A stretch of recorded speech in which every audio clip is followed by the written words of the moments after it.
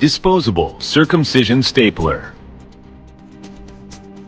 Use a measuring ruler to choose the right model of stapler.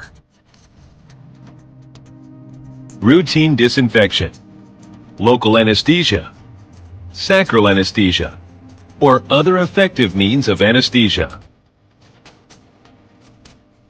Lift the prepuce with hemostats. Screw off the adjusting nut counterclockwise. Take out the prepuce cover and cover the prepuce to make sure it lies at the quaternary sulcus and be on the same level. Use suture line to fix the prepuce on the pull rod and confirm the frenulum length.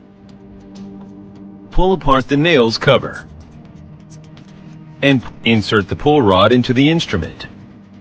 Screw on the adjusting nut. When the end of the pull rod is on the same level with the surface of metal insert inside the adjusting nut is in place. Remove the safety clip. Hold the handle. Fire and keep for 5 to 10 seconds. Loosen the adjusting nut and remove the stapler. Wrap it up with dry gauze and bind up properly with elastic bandage.